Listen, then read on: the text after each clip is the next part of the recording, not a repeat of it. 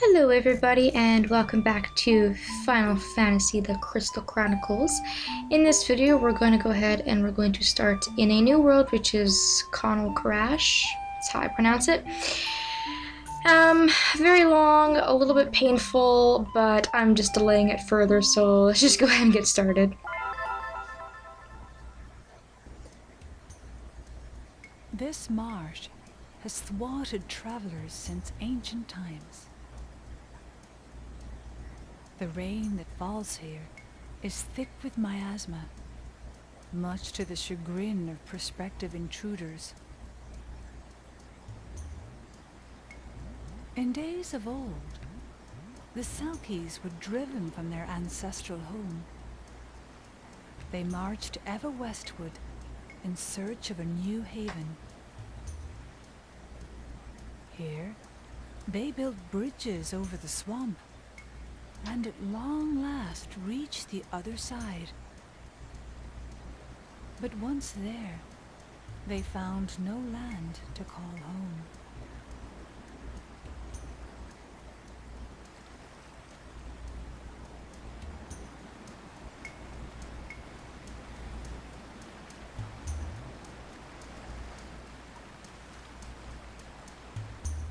Alright, so this is a swamp level, and we have about 15 enemies in this area, so there's going to be a lot of bios, and all these enemies are going to be seen in every single cycle. We won't be getting any new enemies after this, so let's go ahead and pop those in for you guys.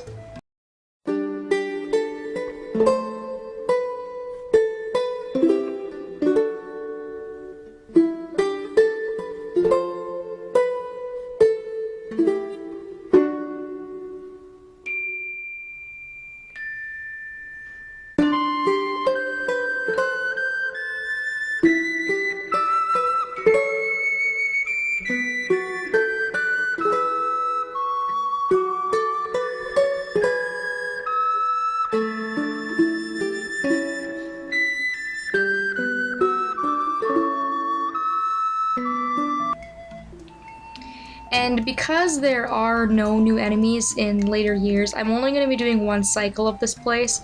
I just think it'd be a waste of time to do any other cycles because no new treasure chests show up, the boss doesn't change, enemies don't change, any of that stuff. So I'll only be doing this one cycle. This level took me about 40 minutes in practice, so I think because of that fact alone, I'm going to make this level probably 3 parts instead of 2, because I don't really want to put out like a 40-minute video of this, just the stage itself. So I'm going to try to find a place to break this up. These stones here, the lady in the cutscene mentioned that the Selkies built this entire area, which is pretty amazing. So these stones are inscribed with an ancient Selkic script. Now, because I'm a Selkie, I can read these. No other tribe can read them, so if you're any other tribe, you're kind of SOL. To those who follow, we shall build a road. Let these stones guide you to our new haven. That's so heartbreaking. Like, they spent all this time. I can't imagine how long they must have spent like building these bridges and stuff, and there was nothing on the other side. I mean, that is just, oh, that is awful. A lot of these enemies we've seen, there's going to be some new ones. As for spells, I would definitely recommend Holy.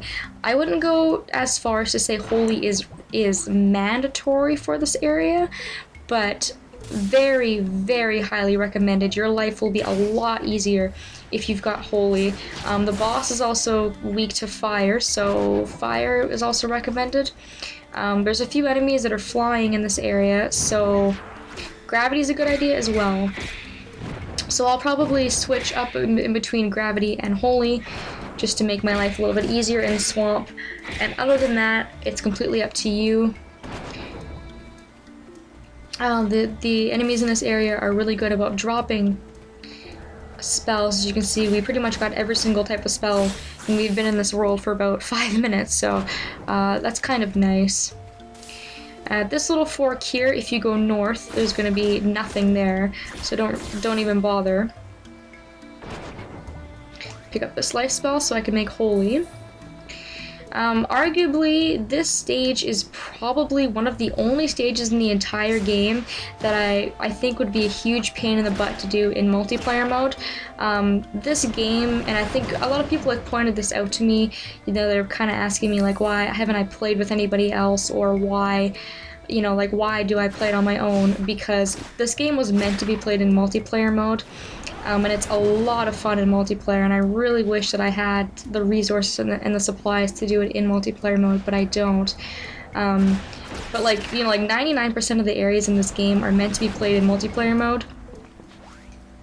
And I think that this is one of the only stages that I would say would be a huge pain in the butt. I mean, just on here alone, you can see I don't even have any room to move around. So a lot of the areas in this stage kind of restrict movement. If you're trying to play with 4 people especially, this would be a huge pain. And a lot of these bridges, you can see they're not like, you know, they're not really that well built. Some of them in the swamp will actually start sinking when you put your body weight on it. And since it's just our character, it's not really that big of a deal because Mog doesn't walk, obviously, he just flies. But there's certain areas where you'll actually start sinking, and if you put too many people on at once, you won't be able to advance forward. And that can be a big nuisance. You really have to work as a really, really good team if you were going to do this area in multiplayer mode. But I just found that rather interesting. This is, like I said, probably one of the only areas I wouldn't recommend doing in multiplayer. Which is funny because the other stage we'll be going to in this area is damn near impossible on single player, and I cannot even believe I'm going to even attempt the next world we'll be doing because I'm probably gonna rage quit so hard. Again, the Saigons, just like in Selection Cave, are gonna come out of the water randomly, so watch out for that. If you want to go ahead and you know, like, avoid that, then you could. Or, you know, ignore them. I mean, they're not very strong, but they come up quite a bit, and they kind of just are very annoying to deal with. It's completely up to you what you'd like to do with them. Lots of money as drops in this world, but I would still clear out your bag. As you can see, my bag's pretty full at this point. I really got to start emptying my bag out, like when we actually, before we start a world, because this takes up so much time in a video trying to get my bag kind of emptied out. I won't be saving though, I don't think, so I'll just go ahead and empty out my bag anyways. Get rid of some stuff. This is probably one of the best worlds in this game though as well for drops. There's a lot of treasures in this area just because this stage is so big. So you have the potential to pick up some good equipment and some good drops and things like that if you really, really wanted to. So I wouldn't, you know, I wouldn't completely disregard this place regardless. But it's completely up to you.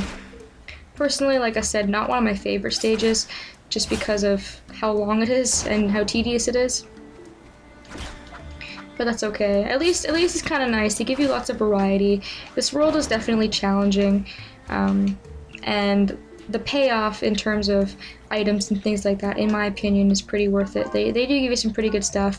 And if anything, you'll be getting a lot of money, as you've been seeing, which is really, really nice as well. So, I'm just trying to take care of the enemies as quickly as I can here.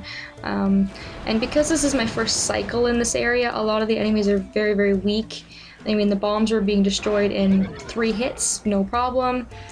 These hell plants we've seen before, they're also getting destroyed in, you know, 3 or 4 hits, no problem. We'll see some flawns, which again we've seen in Goblin Wall. They will be destroyed, no problem. So it's completely, you know, up to you what you want to do. If you want to destroy all of them, or if you want to just leave them, that will definitely affect the amount of drops that you get. Those 3 chests are the only chests in this area.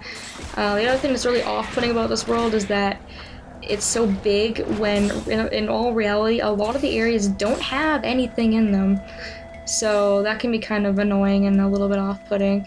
The map I have in front of me is very well drawn, but unfortunately it's a little bit out of proportion. So even myself, I find myself getting lost, just because my map is out of proportion and I think something is closer than it is, or, you know, farther away than it is, or whatever.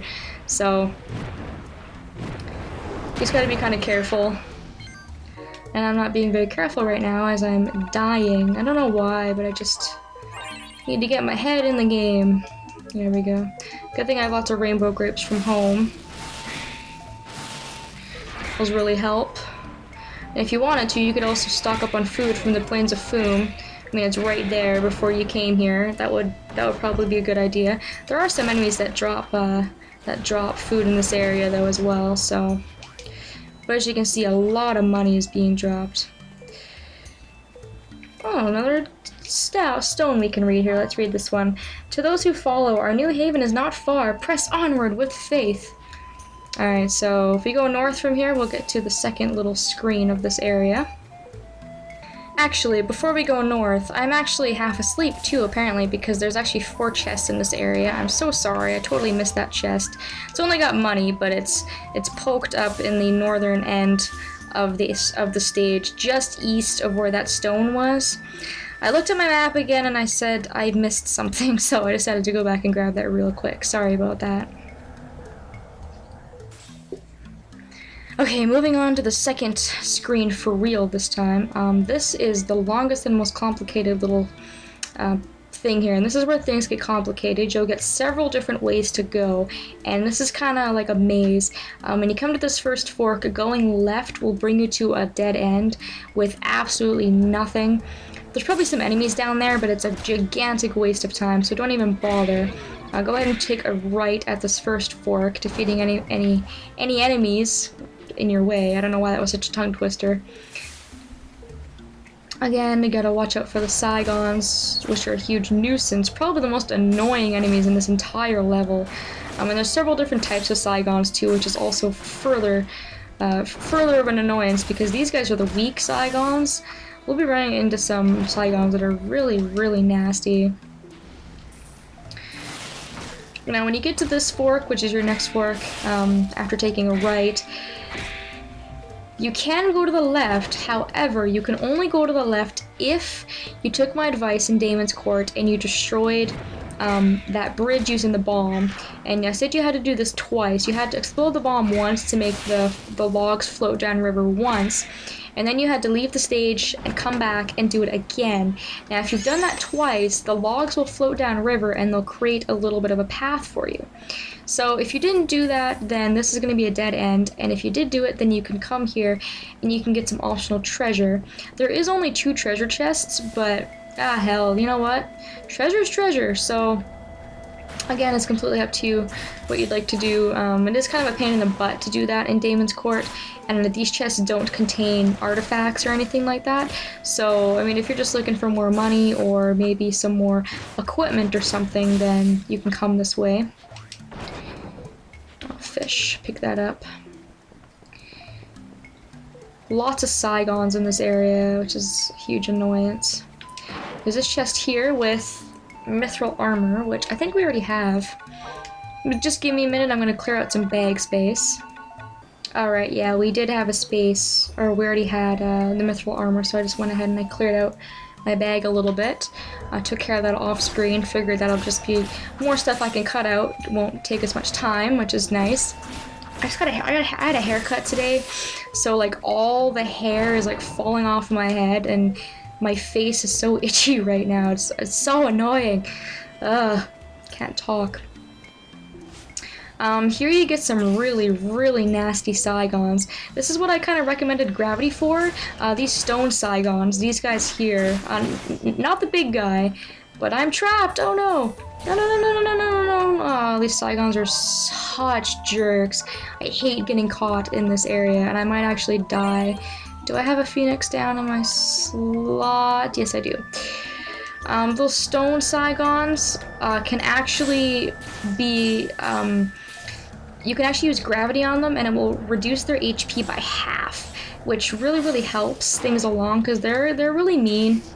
As you can see, they're very fast, they're very ruthless, and together they're very, very menacing. They take up a lot of HP and stuff.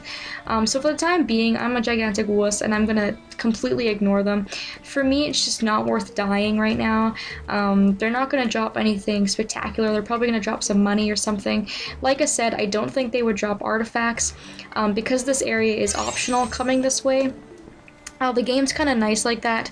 If there's an optional area of a level that you have not unlocked, they're not going to put anything really, really, really important over there, just because they know that, you know, players aren't going to always know all the secrets. So I'm not going to bother. We will see those enemies again, and if I can pick up something in order to make a gravity spill, I will show it off.